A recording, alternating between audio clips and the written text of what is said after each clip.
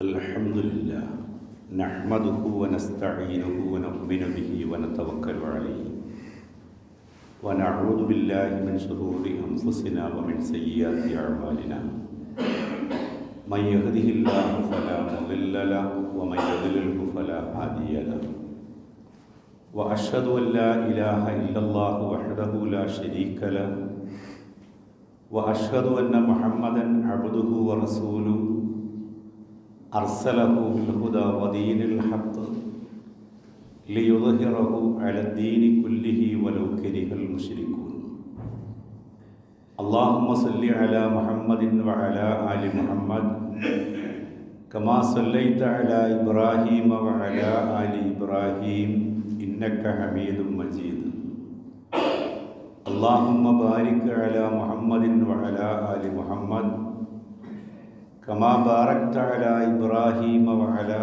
آل إبراهيم إنك حميد مجيد أما بعد فإن أصدق الكتاب كتاب الله وخير السنن سنن محمد صلى الله عليه وسلم وشر الأمور محدثاتها وكل محدثة بدعة وكل بدعة ضلالة يا أيها الذين آمنوا أوصيكم أولا بتقوى الله أعوذ بالله من الشيطان الرجيم بسم الله الرحمن الرحيم إنا نحن نحيي الموتى ونكتب ما قدموا وآثارهم وكل شيء أحصيناه في إمام مبين അള്ളാഹുവിൻ്റെ അടിമകളായ സഹോദരങ്ങളെ, അള്ളാഹുവിൻ്റെ വിധിവിലക്കുകൾ അനുസരിച്ച് ജീവിക്കാൻ എന്നെയും നിങ്ങളെയും ആദ്യമേ ഉണർത്തുകയാണ്, ഉപദേശിക്കുകയാണ്. അപ്രകാരം ജീവിച്ചു മരിക്കാൻ അള്ളാഹു നമ്മെ അനുഗ്രഹിക്കുമാറാകട്ടെ. ഒരു വിശ്വാസി എന്ന നിലയിൽ ജീവിതത്തിൽ അനേക ഉത്തരവാദിത്തങ്ങളുള്ളവരാണ് ഞാനും നിങ്ങളുമൊക്കെ. പലപ്പോഴും അറിഞ്ഞുകൊണ്ട് തന്നെ അശ്രദ്ധ മൂലം നമ്മുടെ ഉത്തരവാദിത്തങ്ങളോട് നമ്മൾ അലംഭാവം പുലർത്താറുണ്ട്. എന്നാൽ വേറെ ചില സന്ദർഭങ്ങളിൽ നമ്മുടെ അറിവില്ലായ്മ കൊണ്ടും ഉത്തരവാദിത്തങ്ങളോട് നമ്മൾ നിസ്സംഗത പുലർത്താറുണ്ട്. അതിലേറ്റവും പ്രധാനപ്പെട്ട ഒരു ഭാഗം ഇന്ന് സംസാരിക്കണമെന്ന് ഞാൻ ആഗ്രഹിക്കുന്നു.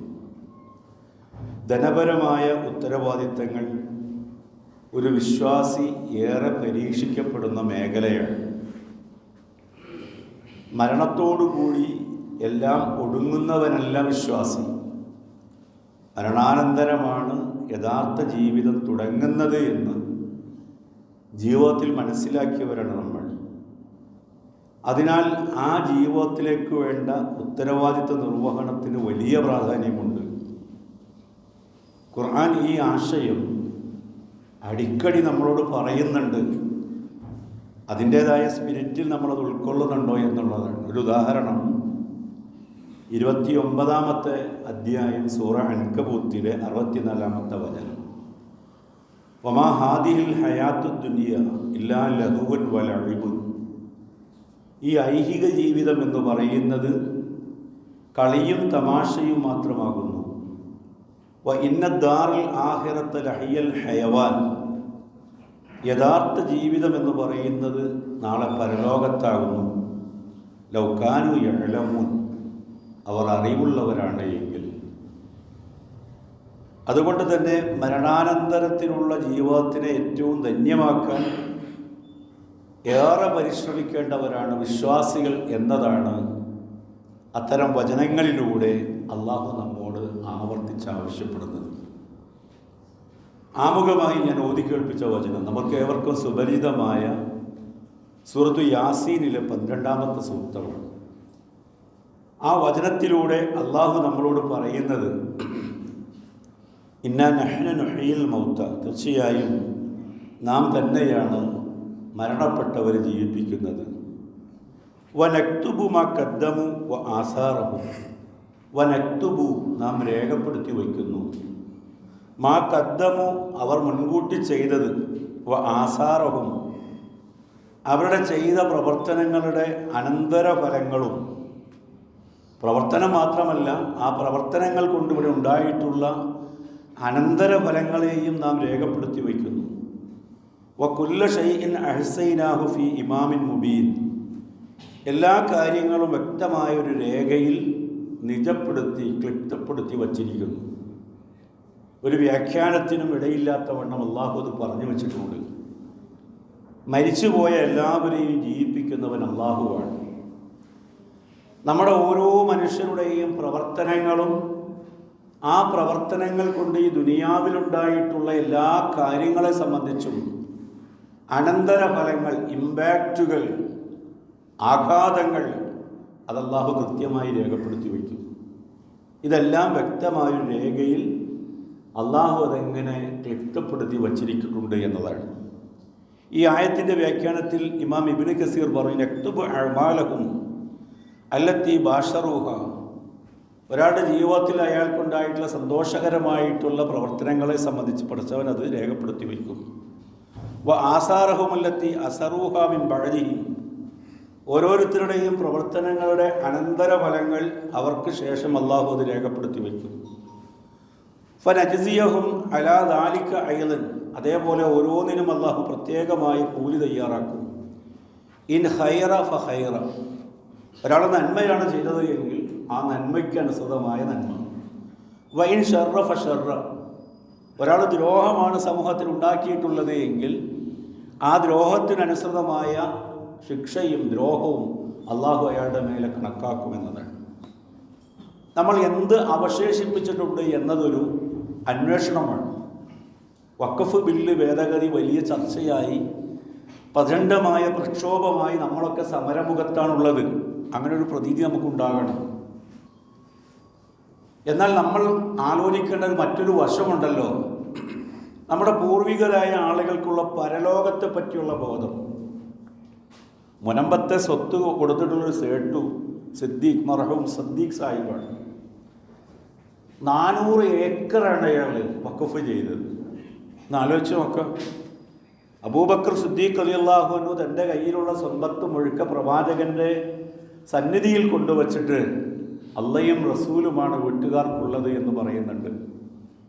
എന്നതുപോലെ വലിയ വലിയ സംഖ്യകളും വലിയ വലിയ സമ്പാദ്യവുമൊക്കെ പടച്ചവൻ്റെ മാർഗത്തിലേക്ക് ചേർത്ത് വച്ചുകൊണ്ട് പോയിട്ടുള്ള പൂർവികർ നമുക്കൊരു പാഠമാണ്. അവരുടെ അനന്തരാവകാശികളാണ് നമ്മൾ, പിൻഗാമികളാണ് നമ്മൾ. ആ പിൻഗാമികൾ എന്ന നിലയിൽ നമ്മൾ എന്ത് ചെയ്തിട്ടുണ്ട് എന്നൊരു അന്വേഷണം ഇത്തരമൊരു സന്ദർഭത്തിൽ അവനവന് വേണ്ടി ആലോചിക്കേണ്ടതുണ്ട്. അവിടെയാണ് ഇസ്ലാമികമായ ഒരു ടേമിനെ സംബന്ധിച്ചുള്ള കൃത്യമായൊരു ആലോചന വേണ്ടത്. വസിയ്യത്ത്. വസിയ്യത്ത് എന്ന് പറഞ്ഞാൽ ഉപദേശം എന്നാണ് വാക്കിനർത്ഥം. എന്നാൽ ഇവിടെ ഉദ്ദേശിക്കുന്നത് തൻ്റെ കാലശേഷം താൻ വിട്ടേച്ചു പോയ സ്വത്തുകൾ എപ്രകാരം വിനിയോഗിക്കണമെന്നുള്ള ആ സ്വത്തിൻ്റെ ഉടമയുടെ നിർദ്ദേശത്തെയാണ്. അത് അനുഷ്ഠിക്കേണ്ട അല്ലെങ്കിൽ നിവർത്തിക്കേണ്ട കാര്യങ്ങളെ സംബന്ധിച്ചുള്ള ഉപദേശമാണ് സാങ്കേതികമായി വസിയത്ത് എന്ന് പറയുന്നത്. ഒരാളൊരു വസിയത്ത് ചെയ്താൽ ചെയ്ത നിമിഷം മുതൽ പരലോകത്ത് ആളുകൾ ഒരുമിച്ച് കൂടുന്ന മഹ്ശറ വരെയും പ്രതിഫലം ലഭിക്കുന്ന അനന്ത പ്രതിഫലത്തിൻ്റെ ഒരു സാധ്യതയാണ് വസിയത്തിലൂടെ ഇസ്ലാം ഓരോ വിശ്വാസിയുടെയും മേലെ തുറന്നെടുത്തത്. അപ്പോൾ കയ്യിൽ 2 മുക്കാലുള്ള ആളുകൾ, സാമ്പത്തികമായി നിവൃത്തിയുള്ള ആളുകൾ ആലോചിക്കേണ്ട ഒരു ഭാഗമാണത്. ഖുർആനിലെ 2-ാമത്തെ അധ്യായം സൂറ ബഖറയിലെ 180-ാമത്തെ വചനത്തിൽ അല്ലാഹു പറയുന്നുണ്ട്, കുതിബ അലൈക്കും ഇദാ ഹളറ അഹദുകുമുൽ മൗത വ ഇൻ തറക ഖൈറൻ വസിയ്യ. നിങ്ങളിൽ ആരെങ്കിലും മരണമാസന്നമാവുകയോ അയാൾ അങ്ങനെ ആവസന്നമായ സന്ദർഭത്തിൽ ധനം വിട്ടേച്ചു പോകുന്നുവെങ്കിൽ അത് വസിയത്ത് ചെയ്യുക എന്നത് അയാളുടെ മേൽ നിർബന്ധമാക്കപ്പെട്ടിരിക്കുന്നു. കുത്തിബ അലൈക്കുമു സിയാമു എന്ന് പറഞ്ഞിട്ട് നമ്മൾ നോമ്പ് പിടിച്ചത്. അതേ പദപ്രയോഗമാണ് അള്ളാഹു പറഞ്ഞ കുത്തിബ അലൈക്കും, നിങ്ങളുടെ മേൽ ഇതാ നിർബന്ധമാക്കപ്പെട്ടിരിക്കുന്നു വസിയത്ത് ചെയ്യണമെന്നുള്ളത്. ലിൽ വാലിദൈനി വൽ അഖ്റബീൻ, നിങ്ങളുടെ മാതാപിതാക്കൾക്കും അടുത്ത ബന്ധുക്കൾക്കും വേണ്ടി ബിൽ മഅറൂഫ്, ന്യായപ്രകാരം അങ്ങനെ ചെയ്യണം. ഹഖ്ഖൻ അലൽ മുത്തഖീൻ, ഇത് വിശ്വാസികളുടെ മേൽ ഒരു കടമയാണ്, ബാധ്യതയാണ് എന്നത്. ഇപ്പോൾ വിശ്വാസി എന്ന നിലയിൽ സമ്പത്തുള്ളവൻ വസിയത്ത് ചെയ്യൽ ബാധ്യതയായിട്ട് അള്ളാഹു കൽപ്പിക്കുന്നു. ഇവിടെ ധനമെന്ന് പറയാൻ അള്ളാഹു പ്രയോഗിച്ച പദം ഖൈർ എന്നാണ്. ഖുർആനിൽ ധനത്തെ പ്രയോഗിച്ചിട്ടുള്ള അല്ലെങ്കിൽ ഉപയോഗിച്ചുള്ള ധനത്തെ സൂചിപ്പിക്കാൻ വേണ്ടി ഉപയോഗിച്ചൊരു പദം ഖൈർ എന്നതാണ്. എന്തെങ്കിലും നക്കാപ്പിച്ചുള്ള ആളെ അല്ല പറയുന്നത്.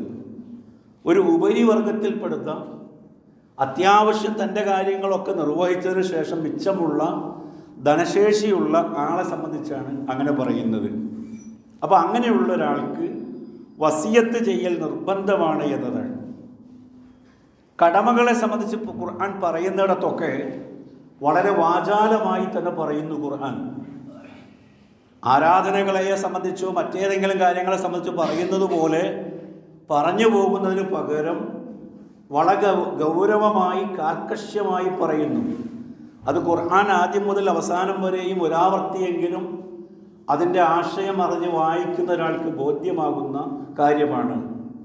അവിടെ വളരെ വ്യക്തമായി തന്നെ പറയുന്നുണ്ട്. ഇവിടെ മാതാപിതാക്കൾ അനന്തരാവകാശ സ്വത്തിൽ ഓഹരി നിശ്ചയിക്കപ്പെട്ടതായി അല്ലെങ്കിൽ അങ്ങനെ ഒരു വചനം അവതരിച്ചതിന് ശേഷം ഈ വചനം നസ്ഖ് ചെയ്യപ്പെട്ടതായി മൻസൂഖായതായി പണ്ഡിതന്മാർ രേഖപ്പെടുത്തുകയാണ്. അപ്പോൾ മാതാപിതാക്കൾക്ക് വേണ്ടി അങ്ങനെ ചെയ്യേണ്ടതില്ല. ന്യായപ്രകാരം ഓഹരി ചെന്നെത്തുന്ന ആളുകൾക്ക് വസിയത്ത് വേണ്ടതില്ല. എന്നാൽ ന്യായപ്രകാരം ഓഹരി ചെന്നെത്താത്ത ആളുകൾ നമ്മുടെ ആശ്രിതരായി ഉണ്ടാകാം. ഒരു പക്ഷേ ഒരു ധനാഢ്യനായ മനുഷ്യൻ്റെ മകൻ മരിച്ചിട്ടുണ്ടാകും. അയാൾക്ക് 2 3 മക്കളുണ്ടാകും. ആ മക്കൾക്ക് ഈ പിതാമഹൻ്റെ ധനം ഓഹരിയായി എത്തുകയില്ല. മറ്റു മക്കളൊക്കെ ഓഹരി വച്ചെടുക്കുന്നതിന് മുമ്പായി ഈ പിതാമഹൻ ജീവിച്ചിരിക്കുമ്പോൾ അയാൾ പറയും, ഇതെൻ്റെ കുട്ടികളാണ്, അതുകൊണ്ട് അവരുടെ ചിലവൊക്കെ ഞാൻ നിർവഹിക്കും. അയാൾ മരിക്കുവോളം അത് സ്വീകരിക്കും. പക്ഷേ മരണശേഷം ഈ മക്കളുടെ കാര്യം എന്താകും? അവിടെയാണ് വസിയത്ത് നിർബന്ധമായി വരുന്നത്. ആ മക്കളുടെ കാര്യത്തിൽ അയാൾ അങ്ങനെ ചെയ്യണമെന്നുള്ളതാണ്. ഇസ്ലാമിക നിയമത്തിൻ്റെ പോരായ്മയായി വിമർശകർ ചൂണ്ടിക്കാണിക്കുന്നത് പൗത്രന്മാരായ ആളുകൾക്കൊരു അവകാശവും ഈ മതത്തിൽ കാണുന്നില്ല എന്നതാണ്. എന്നാൽ വസിയത്ത് എന്ന് പറയുന്ന ഈ ഭാഗം അവർ മറന്നുപോകുന്നു. അതേപോലെ മക്കളുള്ള ആളുകളെ സംബന്ധിച്ചിടത്തോളം അവരുടെ സഹോദരങ്ങൾ മക്കൾ ആ അവകാശത്തിന് പ്രതിബന്ധമായി വരുന്നു. മക്കളുണ്ട് എങ്കിൽ സഹോദരങ്ങൾക്ക് അവകാശമില്ല, നമുക്കറിയാവുന്ന കാര്യമാണ്. എന്നാൽ കൂട്ടത്തിലൊരു സഹോദരൻ വളരെ മാരകമായ അസുഖം ബാധിച്ച് കിടക്കുകയാണ്, അയാൾക്ക് 2 3 മക്കളുണ്ട്, വാടക വീട്ടിലാണ്, ഒരു നിവൃത്തിയുമില്ല എന്നൊക്കെ അറിഞ്ഞിട്ടും കോടിക്കണക്കിന് രൂപയുണ്ടായിട്ടും ഈ അവകാശത്തിൽ ഒന്നുപോലും അയാൾക്ക് വിട്ടുകൊടുക്കാതെ പോകുന്നത് അപരാധമാണ്. അവിടെയാണ് അള്ളാഹു നിർബന്ധമാക്കപ്പെട്ടിരിക്കുന്നു എന്ന് പറഞ്ഞത്. അപ്പോൾ അതിൻ്റെ ഗൗരവം നമുക്ക് മനസ്സിലാക്കാൻ സാധിക്കും. എന്നാൽ മാതാപിതാക്കളും മറ്റ് അടുത്ത ബന്ധുക്കളുമായിട്ടുള്ള മക്കളെ സംബന്ധിച്ചിടത്തോളം ഒക്കെ കൃത്യമായ അവകാശം അള്ളാഹു കിതാബിലൂടെ തന്നെ പറഞ്ഞിരിക്കുന്നു. ഈ ആയത്തിൻ്റെ വിശദീകരണത്തിൽ ഇമാം ഇബ്നു കസീർ ഉദ്ധരിക്കുന്ന ഒരു ഹദീസ് ഇങ്ങനെയാണ്: അൻ അംർ ബിൻ ഹാരിജ റളിയല്ലാഹു അൻഹു ഖാൽ സമയത്തു റസൂലുള്ളാഹി സ്വല്ലല്ലാഹു അലൈഹി വസല്ലം യഖ്തുബു, പ്രവാചകൻ പറയുന്നത് ഖുതുബയിലൂടെ നിർവഹിക്കുന്നത് ഞാൻ കേട്ടു. വഹുവ യഖൂൽ, അദ്ദേഹം പറയണ്ടായി, ഇന്നല്ലാഹ ഖദ് അഅത കുല്ലദി ഹഖ്ഖിൻ ഹഖ്ഖഹു, ഓരോരുത്തരുടെയും അവകാശം അള്ളാഹു കൃത്യമായി നിർവചിച്ചിട്ടുണ്ട്, നൽകിയിട്ടുണ്ട്. ഫലാ വസിയത്ത് ലി വാരിസിൻ, അതുകൊണ്ട് അനന്തരാവകാശിയായ ഒരാൾക്ക് വേണ്ടി നിങ്ങൾ പിന്നെയും വസിയത്ത് ചെയ്യേണ്ടതില്ല. പടച്ചവൻ്റെ കിതാബിൽ ഓരോരുത്തരുടെ അവകാശം പറഞ്ഞിട്ടുള്ള ആളുകൾക്ക് അതിൻ്റെ പുറമെ നിങ്ങൾ വസിയത്ത് ചെയ്യേണ്ടതില്ല. അതല്ലാത്ത ആളുകൾക്കാണ് വസിയത്ത് ചെയ്യേണ്ടത് എന്നതാണ് ആ ആയത്തിൻ്റെ വിശദീകരണത്തിൽ പറയുന്നത്.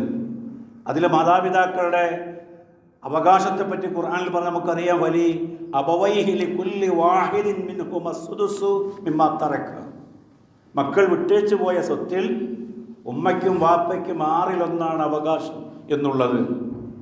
ഇവിടെ സ്ത്രീയെ മോശമാക്കി പുരുഷൻ്റെ അടിമയാക്കി എന്നൊക്കെ പറയുന്ന ആളുകൾ കാണാതെ പോകുന്നൊരു വചനമാണത്. വാപ്പയ്ക്കും ഉമ്മയ്ക്കും ഒരേ അവകാശമാണ് മക്കളുടെ സ്വത്തിൽ അള്ളാഹു രേഖപ്പെടുത്തിയത്. എന്നാൽ ഒരു പടി കൂടി നോക്കൂ നിങ്ങൾ, മക്കളില്ലാതെ പോകുന്ന ഒരാളുടെ സ്വത്തിൽ അയാളുടെ ഉമ്മയ്ക്കുള്ള വിഹിതം പറയുന്നിടത്ത് വരിസഹു അബവാഹു ഫലി ഉമ്മഹി സുലുസ്, ഉമ്മയ്ക്ക് 1/3 കൊടുക്കണമെന്നാണ് പറയുന്നത്. പപ്പയേക്കാൾ ഒരുപടി കൂടി കൂടുതലായി കൊടുക്കണമെന്ന് പറയുകയാണ്. അപ്പോൾ അതൊക്കെ ഒരു നിയമമായി നിൽക്കുകയാണ്. അങ്ങനെ അല്ലാത്തവരുടെ കാര്യത്തിൽ ഈ കാര്യങ്ങളൊക്കെ നിർവഹിക്കണമെന്നതാണ്. മുസ്ലിം സമൂഹത്തിൽ ഒരു ശ്രദ്ധയുമില്ലാതെ കടന്നു പോകുന്ന ഒരു ഭാഗമാണ് അനന്തരാവകാശ നിയമങ്ങൾ ഓഹരി വയ്ക്കുന്നിടത്ത്. അവിടെ നമ്മൾ മാമൂലുകളെയാണ് പിൻപറ്റുന്നത്, അവിടെ നമ്മൾ നാട്ടാചാരങ്ങളെയാണ് പിൻപറ്റുന്നത്. ഓരോ നാട്ടിലും എന്താണോ സിസ്റ്റം അതനുസരിച്ച് മുസ്ലിങ്ങൾ കൊണ്ടുപോവുകയാണ്. അവർ നമസ്കരിക്കുകയും നോമ്പൊടിക്കുകയും സക്കാത്ത് കൊടുക്കുകയൊക്കെ ചെയ്യുന്നു. പക്ഷേ അനന്തരാവകാശികളുടെ കാര്യത്തിൽ അവർ ചെയ്യുന്ന ഈ തെറ്റായ നിലപാട് നിമിത്തം അവർ നരകത്തിൽ പോകുമെന്ന് പറയുന്നത് വലിയ ഗൗരവമുള്ള കാര്യമാണ്.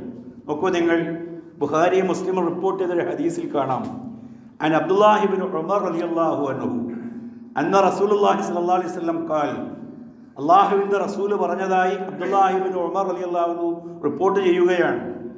മാ ഹഖ്ഖു ഇംറിഇൽ മുസ്ലിം, മുസ്ലിമായ ഒരാളുടെ മേൽ ബാധ്യതയാണ്, ലഹു ഷൈഉൻ, അയാളുടെ പക്കൽ എന്തെങ്കിലും ഉണ്ട് എങ്കിൽ.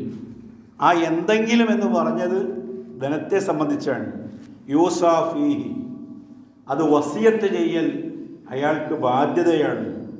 യബീതു ലൈലത്തൈനി ഇല്ലാ വസിയത്തഹു മക്തൂബത്തുൻ ഇൻദഹു, അങ്ങനെ വസിയത്ത് ചെയ്യാതെ 2 രാത്രി അയാൾക്ക് ഉറങ്ങാൻ പാടില്ല. എന്നാലോചിച്ച് നോക്കൂ, എൻ്റെ പക്കൽ വലിയൊരു എമൗണ്ട് ഉണ്ട്, ഞാൻ എൻ്റെ ജീവിതത്തിൻ്റെ അവസാന ഘട്ടത്തിലേക്കാണ്, രോഗവും മറ്റ് ക്രീഡകളൊക്കെ ഉണ്ട്.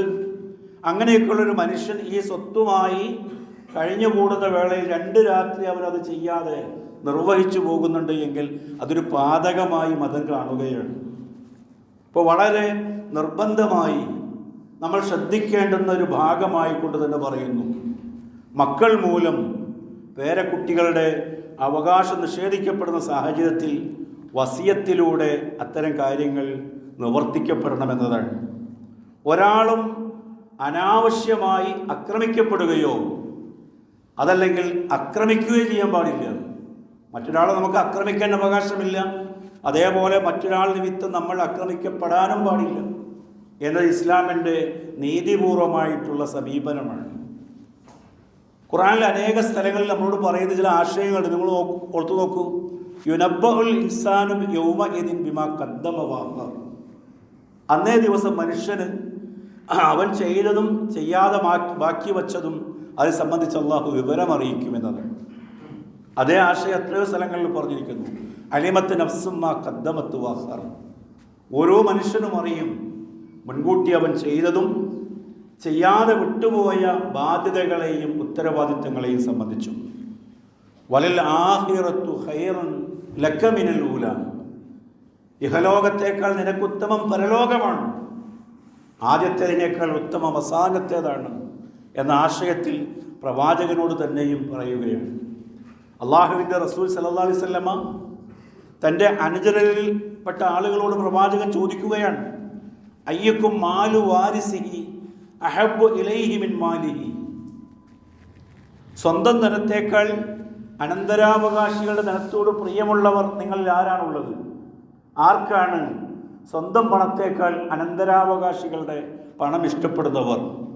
ഫഅജാബൂഹു ഖായിലീൻ, കേട്ട ആളുകൾ അതിന് ഉത്തരം നൽകി, യാ റസൂലല്ലാഹ് മാ മിന്നാ അഹദുൻ ഇല്ലാ മാലഹു അഹബ്ബു ഇലൈഹി, ഞങ്ങളെല്ലാവരും തന്നെയും അവനവൻ്റെ ധനത്തോട് ഏറ്റവും പ്രിയമുള്ളവരാണ്. ഹുനാ ഖാല ലഹു റസൂലുള്ളാഹി സ്വല്ലല്ലാഹു അലൈഹി വസല്ലം, അല്ലാഹുവിൻ്റെ റസൂൽ അപ്പോൾ പറഞ്ഞു, ഫഇന്ന മാലഹു മാ ഖദ്ദമ, ഒരാളുടെ ധനം എന്ന് പറയുന്നത് അയാൾ മുൻകൂട്ടി ചെയ്തു വച്ചതാണ്, പ്രവർത്തിച്ചു കഴിഞ്ഞതാണ്. വ മാലു വാരിസിഹി മാ അഖർ, അയാൾ അവശേഷിപ്പിച്ചതെല്ലാം അനന്തരാവകാശികളുടേതാണ്.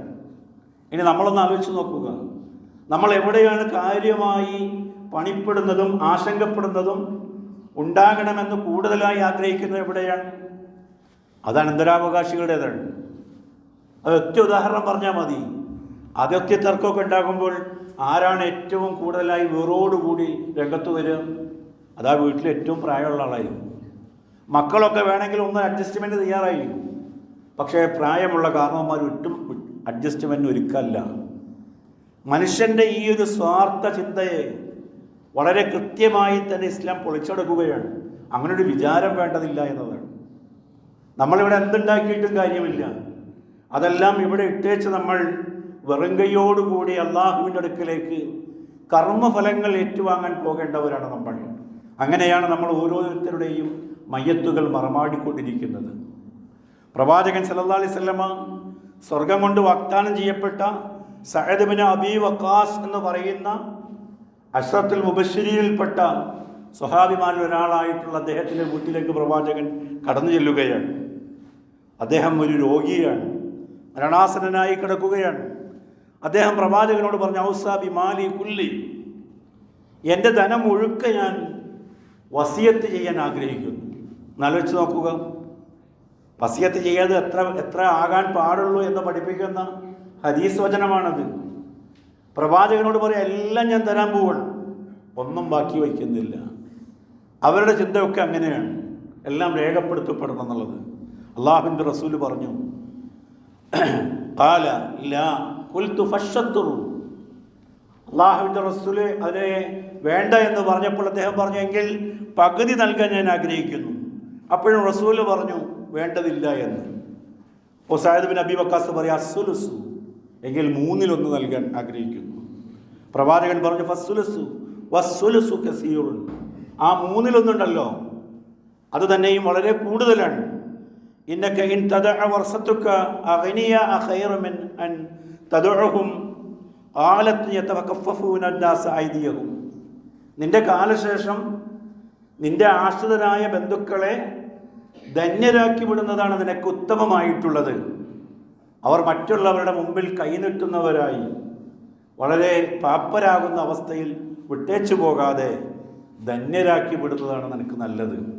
അപ്പോൾ വസിയത്ത് ചെയ്യേണ്ട ധനത്തിൻ്റെ രൂപമാണ് പറയുന്നത്. 1/3 ഭാഗം എല്ലാം കൂടി നൽകുകയല്ല. മക്കളിൽ ചിലർ മോശമായി മാതാപിതാക്കളോട് പെരുമാറിയപ്പോൾ എങ്കിലൊരു പാഠം പഠിപ്പിക്കണം, എല്ലാം പള്ളിക്കിരിക്കട്ടെ എന്നതാണ്, ഇനി അള്ളയായിട്ട് നോക്കിക്കൊള്ളട്ടെ. അത്തരം മോശമായിട്ടുള്ള തെറ്റായ വസിയത്തുകൾ നടപ്പിലാക്കേണ്ടതില്ല. എന്നാൽ കഴിവുള്ളവൻ തൻ്റെ നാട്ടിൻ്റെ അല്ലെങ്കിൽ തൻ്റെ കുടുംബ പരിസരങ്ങളിൽ ആശ്രിതരായ ആളുകളിൽ പ്രയാസങ്ങൾ അനുഭവിക്കുന്ന ആളുകൾക്ക് നേരെ കണ്ണെടുക്കുക എന്നത് ബാധ്യത നിർവഹണത്തിന് തെറ്റായ രീതിയാണ്, പാടില്ല എന്നാണ് പറയുന്നത്. ഉത്തരവാദിത്വത്തിൽ നിന്നുള്ള ഒളിച്ചോട്ടമായി കരുതുകയാണ്. കൃത്യമായി ആ ബാധ്യതകൾ നിർവഹിക്കണമെന്ന് പറയണം. നോക്കൂ നിങ്ങൾ, അള്ളാഹുവിൻ്റെ റസൂല് പറയാം എപ്പോഴാണ് നമ്മൾ ധനം ചെലവ് ചെയ്യേണ്ടത് എന്ന്. അൻ തസദ്ദഖ, നീ ദാനധർമ്മങ്ങൾ ചെയ്യണം. വ അൻത സഹീഹുൻ ഷഹീഹുൻ തഅമലുൽ ബഖാഅ വ തഖാഫുൽ ഫഖർ, നീ നല്ല ആരോഗ്യ ദൃഢഗാത്രനായിരിക്കെ. ടെസ്റ്റ് ചെയ്തപ്പോൾ ഇത് ക്യാൻസറാണ് എന്ന് മനസ്സിലായി. ഇനി അധിക നാളൊന്നും ഇല്ല എന്ന് മനസ്സിലാക്കുമ്പോഴല്ല ഇത് ചെയ്യേണ്ടത്. നീ നല്ല ആരോഗ്യ ദൃഢഗാത്രനായിരിക്കുന്ന ഘട്ടത്തിലാണ് നീ നിൻ്റെ ഭാവിയെ സംബന്ധിച്ച് നല്ല പ്രതീക്ഷയുള്ളവനും അതേപോലെ ദാരിദ്ര്യത്തെ ഭയപ്പെടുന്നവനുമാകുന്ന ആ ഏറ്റവും നല്ല സമയത്താണ്, രക്തത്തിളപ്പുള്ളപ്പോഴാണ് ദാനധർമ്മങ്ങൾ നീ ചെയ്യേണ്ടത്. വലാ തുംഹിൽ ഹത്താ ഇദാ ബലഅത്തിൽ ഹുൽഖൂം, ആത്മാവ് നിന്റെ തൊണ്ടക്കുഴിയിലേക്ക് എത്തുന്നത് വരെയും പടച്ചവൻ്റെ മാർഗത്തിലുള്ള ഈ ബാധ്യതകൾ നിർവഹിക്കാതെ നീ കാത്തിരിക്കരുത്. അന്നേരം ഒരാൾ പറയും, കുൽത്തലി ഫുലാനിൻ കഥ വലി ഫുലാനിൻ കഥ, ഇന്ന ആൾക്ക് ഇന്നതിരിക്കട്ടെ, ഇന്നവനത് കൊടുത്തേക്ക്, ആ പറമ്പ് അയാൾക്കിരിക്കട്ടെ എന്നൊക്കെ നീ പറയും. അള്ളാഹുവിൻ്റെ റസൂല് പറയാം, വക്കത് കാനലി ഫുലാൻ, നീ അങ്ങനെ പറയൊന്നും വേണ്ട, അതൊക്കെ അങ്ങനെ ആയിക്കഴിഞ്ഞിട്ടുണ്ട് എന്ന്. നമ്മുടെ നാവ് ചലിക്കാത്ത സമയത്ത്, നമ്മുടെ കൈകാലുകൾക്ക് പ്രവർത്തനക്ഷമമല്ലാത്തൊരു കാലഘട്ടത്തിൽ നമ്മുടെ വർത്തമാനത്തിന് ആരാണ് സഹോദരങ്ങളെ കാത്തിരിക്കുക? നമ്മുടെ മക്കൾ കാത്തിരിക്കുമോ? അത്തും പിത്തും പറയുമ്പോൾ അതൊക്കെ പറയുന്നതിന് മുമ്പായി നമുക്ക് നല്ല സ്വബോധമുള്ളപ്പോൾ, ഇസ്ലാമിനെ പറ്റി നമ്മൾ കൃത്യമായി മനസ്സിലാക്കുമ്പോൾ, ഈ 2 മുക്കാലിനേക്കാളൊക്കെ പ്രിയങ്കരം അള്ളാഹുവിൻ്റെ ദീനിനോടാണ് നമ്മൾ തിരിച്ചറിയുമ്പോൾ, അത്തരം ഘട്ടത്തിലാണ് നമ്മൾ കൃത്യമായി നമ്മൾ നിർവഹിക്കേണ്ടത്. ആ രീതിയിൽ നമ്മൾ വിസ്മരിച്ചു പോകുന്ന നമ്മുടെ കടമകളെ നമ്മൾ ഓർത്തെടുക്കുകയും യഥാവിധി നമ്മൾ നിർവഹിക്കുകയും ചെയ്യേണ്ടതുണ്ട്. അങ്ങനെയുള്ള നല്ല വിശ്വാസികളിൽ വിശ്വാസിനികളിൽ അള്ളാഹു എന്നെയും നിങ്ങളെയും ഉൾപ്പെടുത്തി അനുഗ്രഹിക്കുമാറാകട്ടെ. അസ്തഗ്ഫിറുല്ലാഹ ലി വലക്കും വലിജമീഇൽ മുസ്ലിമീന അസ്തഗ്ഫിറൂ ഇന്നഹു ഹുവൽ ഗഫൂറുർ റഹീം.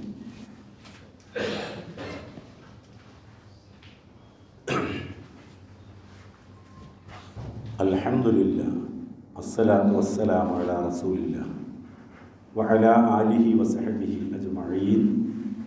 യാ അയ്യുഹല്ലദീന ആമനു ഉസീക്കും സാനിയൻ ബിത്തഖ്വല്ലാഹ്. അള്ളാഹുവിൻ്റെ അടിമകളായ സഹോദരങ്ങളെ, അള്ളാഹുവിൻ്റെ വിധിവിലക്കുകൾ അനുസരിച്ച് ജീവിക്കാൻ ഒരിക്കൽ കൂടെ എന്നെയും നിങ്ങളെയും ഉണർത്തുകയാണ്, ഉപദേശിക്കുകയാണ്. അപ്രകാരം ജീവിച്ചു മരിക്കാൻ അള്ളാഹു നമ്മെ അനുഗ്രഹിക്കുമാറാകട്ടെ. നാം അശ്രദ്ധമാക്കിക്കൊണ്ടിരിക്കുന്ന നമ്മുടെ ഉത്തരവാദിത്തങ്ങളെ, കടമകളെ സംബന്ധിച്ചാണ് നമ്മൾ പറഞ്ഞു വന്നത്.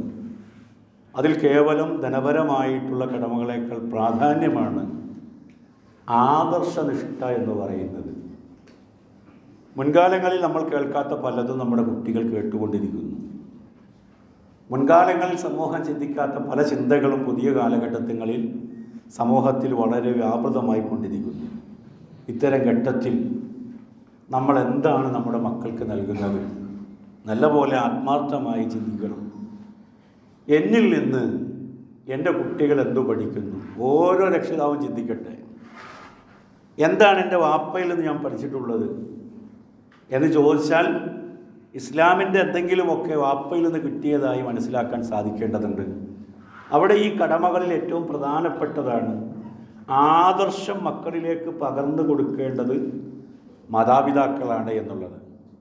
ഒരു കുട്ടി നന്നായാൽ അതിൻ്റെ ക്രെഡിറ്റിൽ ഏറ്റവും ഭൂരിഭാഗമുള്ളത് മാതാവിനാണ്. അതുകൊണ്ടൊരു പെണ്ണ് നന്നായാൽ ഒരു കുടുംബം നന്നായി എന്നതാണ് നമ്മൾ പണ്ഡിതന്മാർ വിവരിച്ചിട്ടുള്ളത്. ഒരാൾ നന്നായാൽ അവൻ നന്നായി എന്നതാണ്. ആ ഒരു വിചാരത്തോടു കൂടി നോക്കണം. നോക്കൂ നിങ്ങൾ, ഇബ്രാഹിം നബി അലൈഹിസ്സലാമയും യാക്കൂബ് നബിയുടെയും വസിയത്തായി ഖുർആൻ രേഖപ്പെടുത്തിയത് 2-ാമത്തെ അധ്യായം സൂറ ബക്കറയിലെ 132-ാമത്തെ വചനം. വവസ്സാബിഹ ഇബ്രാഹിമു ബനി വയഅഖൂബ യാ ബനിയ ഇന്നല്ലാഹ അസ്തഫാ ലക്കുമുദ്ദീൻ. രണ്ടുപേരും തങ്ങളുടെ മക്കളോട് പറഞ്ഞു അത്രേ. എന്താണ് പറഞ്ഞത്? എൻ്റെ മക്കളെ, അള്ളാഹു നിങ്ങൾക്ക് ഈ മതത്തെ വിശിഷ്ടമായി തിരഞ്ഞെടുത്തു തന്നിരിക്കുന്നു. അതുകൊണ്ട് എന്തു വേണം? ഫലാ തമൂത്തുന്ന ഇല്ലാ വഅൻതും മുസ്ലിമൂൻ. മുസ്ലിങ്ങളായിക്കൊണ്ടല്ലാതെ നിങ്ങൾ ഒരാളും മരിച്ചു പോകരുത് എന്ന്. എന്താണ് ഈ ആയത്തിൻ്റെ അർത്ഥം?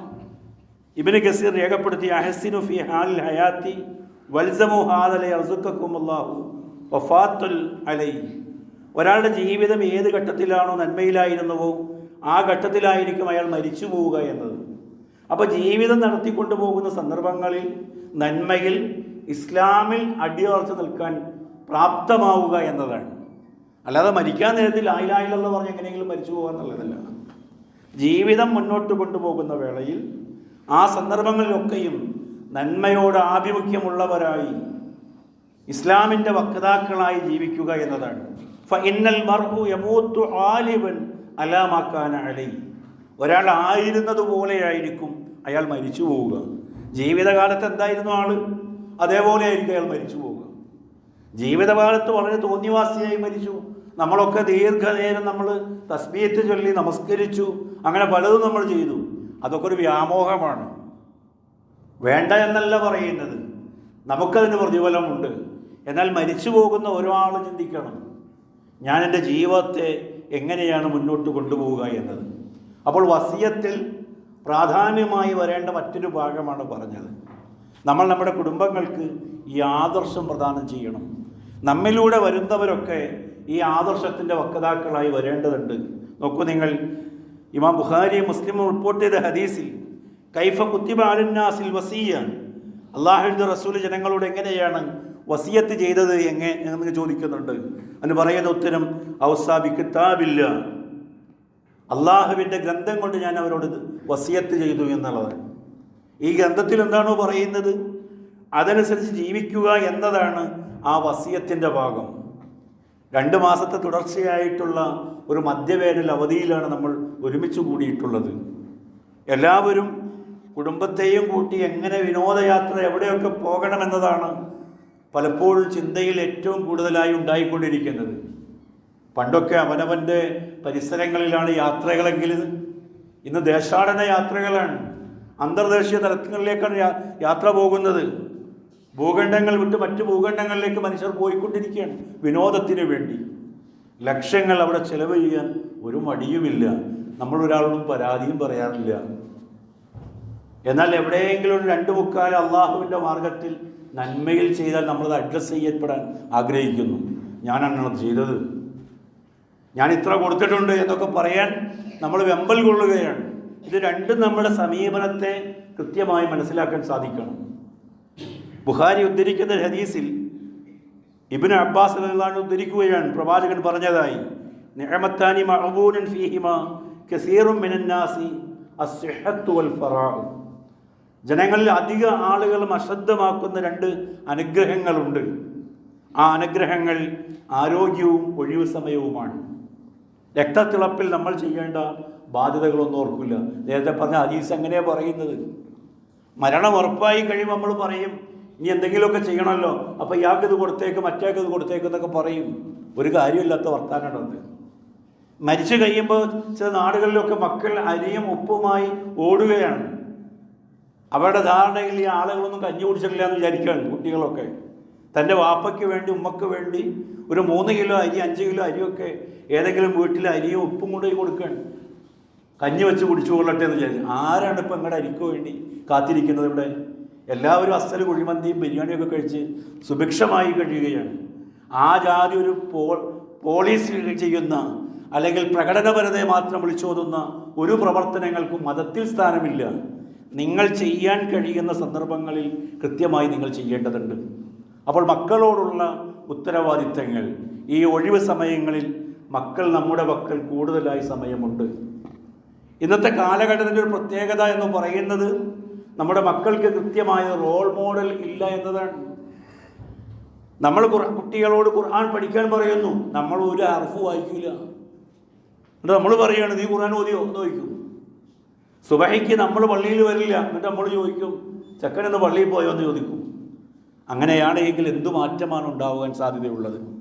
അതുകൊണ്ട് മക്കളുടെ മുമ്പിൽ നിൽക്കാൻ പറ്റുന്ന ആളുകളായി നമ്മൾ മാറേണ്ടതുണ്ട്. അത് മക്കളോടും കുടുംബത്തോടും നമ്മൾ കാണിക്കേണ്ടുന്ന കടമയുടെയും ഉത്തരവാദിത്വത്തിൻ്റെയും ഭാഗമാണ്. ഒപ്പം തന്നെ സഹോദരങ്ങളെ, ബന്ധങ്ങൾ അറ്റുപോകുന്നു എന്നുള്ളതാണ്. എൻ്റെയും നിങ്ങളുടെയും കൈകളിലുള്ള മൊബൈലുകൾ കൊണ്ട്, നെറ്റ് ഉപയോഗിച്ചുകൊണ്ട് തന്നെ നമ്മൾ ഒരുപാട് ആളുകളുമായി നമ്മൾ സുഹൃത്ത് വലയത്തിലാണ്. ഓരോരുത്തരുടെയും സുഹൃത്തുക്കൾ എത്രയാണ്? 4000, 5000 ഒക്കെ സുഹൃത്തുക്കളുണ്ട്. അങ്ങനെയൊക്കെ നമ്മൾ കാണുന്നത്. എന്നാൽ വേണ്ടപ്പെട്ട പലരുമായി നമുക്ക് എന്തില്ല, ഒരു കണക്ഷനും ഇല്ല. വർഷത്തിൽ ഒരിക്കൽ പോലും അവരുമായി നമ്മളൊന്ന് കാണാനോ കേൾക്കാനോ സംസാരിക്കാനോ ഇഷ്ടപ്പെടുന്നില്ല, ഒപ്പം ഇരിക്കാനും ഇഷ്ടപ്പെടുന്നില്ല. അതുപോരാ, മക്കളെയും കൊണ്ട് നിങ്ങൾ നിങ്ങളുടെ അടുത്ത ബന്ധുക്കളുടെ വീട്ടിലേക്ക് ചെല്ലണം. ആ മുറപ്രകാരമുള്ള ബന്ധങ്ങൾ മക്കൾക്ക് പറഞ്ഞു കൊടുക്കണം. ഇത് കൊച്ചാപ്പയാണ്, ഇത് മൂത്താപ്പയാണ്, ഇത് അമ്മായിയാണ്, എളീമയാണ് എന്നൊക്കെ നാട്ടിലെ സമ്പ്രദായം അനുസരിച്ച് വിളിക്കുന്ന ആ ബന്ധങ്ങളുടെ മുറപ്രകാരമുള്ള ആ നിലകൾ പറഞ്ഞ് കുട്ടികളെ മനസ്സിലാക്കണം. കാരണം നാളെ നിങ്ങൾ മരിച്ചു കഴിഞ്ഞാൽ നിങ്ങളുടെ ഭാര്യയ്ക്ക് പോലും അങ്ങനെ പറഞ്ഞു കൊടുക്കാൻ കഴിഞ്ഞുകൊള്ളുന്നില്ല. അതുകൊണ്ട് അത് നിർവഹിക്കേണ്ടത് നിങ്ങളാണ്. ഇതൊക്കെയും നമ്മുടെ ഉത്തരവാദിത്തമായി നമ്മൾ മനസ്സിലാക്കണം. ഷെയ്ഖുൽ ഇസ്ലാം ഇബ്നു തൈമിയ്യയുടെ ശിഷ്യരിൽ പ്രമുഖനാണ് ഇബ്നു ഖയ്യിം. അദ്ദേഹം പറയുന്നുണ്ട്, ആധുനിക കാലഘട്ടത്തിൽ മനുഷ്യർ അവരുടെ മക്കളോട് വലിയ പാതകം ചെയ്യുന്നവരാണ്. എന്താണ് അദ്ദേഹം പറയുന്ന പാതകം എന്ന് പറയുന്നത്? ബി ഇഹ്മാലിഹി വ തറക തഅദീബിഹി. മക്കളെ അവർ അവഗണിക്കുകയാണ്. എങ്ങനെയാണ് അവഗണിക്കുന്നത്? അവഗണന എന്ന അർത്ഥത്തിലല്ല എടുക്കുന്നത്. മര്യാദകൾ പഠിപ്പിച്ചു കൊടുക്കേണ്ടടുത്ത് പഠിപ്പിച്ചു കൊടുക്കാതെ അവരെ അവഗണിക്കുന്നു. ചെക്കനിങ്ങനെ ഉഷാറായി 6 പാക്കൊക്കെ നടന്നു കഴിഞ്ഞാൽ നമുക്ക് വലിയ ഉഷാറാണ്. അത്യാവശ്യം തടിയോടൊക്കെ ഉണ്ട്, നല്ല പൊക്കമുണ്ട്, മസിലുകളൊക്കെ നല്ല മുഴച്ചു നിൽക്കുന്നുണ്ട്, ഉഷാറായിട്ടുണ്ട് എന്നിടത്താണ്. എന്നാൽ എള്ളോളം മര്യാദ ചെക്കൻ അറിയില്ല. അത് പഠിപ്പിക്കേണ്ട പിതാവിന് അങ്ങനെ ഒരു ബോധവുമില്ല. ഇവന് കയ്യും പറയുന്നത് അത് കുട്ടികളോടുള്ള അങ്ങേയറ്റത്തെ ദുരിതപ്പെടുത്തലാണ്, അവരെ കഷ്ടപ്പെടുത്തലാണ് എന്നതാണ്. അവരുടെ ആഗ്രഹങ്ങളെ പ്രോത്സാഹിപ്പിച്ചുകൊണ്ടും അതിനെ സഹായിച്ചുകൊണ്ടും അവർ അവരെ ഉപദ്രവിക്കുന്നു. എന്താ പറഞ്ഞത്? ഷഹവാത്തുകൾ, ഒരു മനുഷ്യൻ്റെ ഇഷ്ടങ്ങളിൽ വേണ്ടതും വേണ്ടാത്തതുമുണ്ട്. അത് വേർതിരിച്ച് കൊടുക്കുന്നതിന് പകരം എല്ലാ പ്രോത്സാഹനവും, എന്ത് ആവശ്യപ്പെട്ടാലും വാപ്പയും ഇങ്ങനെ പ്രോത്സാഹിപ്പിച്ചുകൊണ്ടിരിക്കുകയാണ്. അത് കുട്ടികളോട് കാണിക്കുന്ന ദ്രോഹമാണ് എന്ന് ഇബ്നു ഖയ്യിം പറയുകയാണ്. വയസ്അമു അന്നഹു യുക്രിമുഹു വഖദ് അഹാനഹു, അവരെ ആദരിക്കുന്നു എന്ന മട്ടിൽ അവരെ അപമാനിക്കുകയാണ് ഈ രക്ഷിതാക്കൾ ചെയ്യുന്നത്. അവർക്ക് നല്ല വിളികൾ പറഞ്ഞു കൊടുക്കേണ്ടത്, നല്ലത് കേൾപ്പിച്ചു കൊടുക്കേണ്ടത്, നല്ല മര്യാദകൾ പറഞ്ഞു കൊടുക്കേണ്ട ആളുകൾ അതൊന്നും നിർവഹിക്കാതെ സ്വതന്ത്രരായി ഏത് രീതിയിലും വളരാൻ ആവശ്യമായിട്ടുള്ള ഒരു ചുറ്റുപാടുകൾ സൃഷ്ടിക്കുന്നത് ആധുനിക തലമുറയോട് രക്ഷിതാക്കൾ ചെയ്യുന്ന കടുത്ത അപരാധമാണ് എന്നാണ് ഇബ്നു ഖയ്യിം ആവർത്തിക്കുന്നത്. വ അന്നഹു യർഹമുഹു വഖദ് ലലമഹു, അവർ പറയുന്നത് കുട്ടികളോട് ഞങ്ങൾ കരുണ കാണിക്കുന്നുണ്ട് എന്നാണ്. എന്നാൽ അവർ കരുണയല്ല കാണിക്കുന്നത്, അവർ കുട്ടികളെ ഉപദ്രവിക്കുകയാണ്, ആക്രമിക്കുകയാണ് ചെയ്യുന്നത് എന്നാണ്. അപ്പോൾ ചെല്ലുവിളി എന്നുള്ളത്, ശിക്ഷണം എന്നുള്ളത്, ശിക്ഷ മാത്രമല്ല ശിക്ഷണത്തിൻ്റെ ഭാഗമായി വരുന്ന ഉപദേശങ്ങളും കൂടെ ചേർക്കലും കൊണ്ടു നടക്കലും ഒക്കെയും അതിൻ്റെ ഭാഗമാണ്. ആ ഉത്തരവാദിത്തങ്ങൾ കൂടി നിർവഹിക്കാൻ എനിക്ക് നിങ്ങൾക്കും സാധിക്കേണ്ടതുണ്ട്. അള്ളാഹു അതിന് നമ്മെ അനുഗ്രഹിക്കുമാറാകട്ടെ. സഹോദരങ്ങളെ, പറഞ്ഞതുപോലെ നമ്മളൊരു യുദ്ധമുഖത്താണ്, അല്ലെങ്കിൽ ഒരു പ്രക്ഷോഭത്തിൻ്റെ മുൾമുനയിലാണ് നമ്മൾ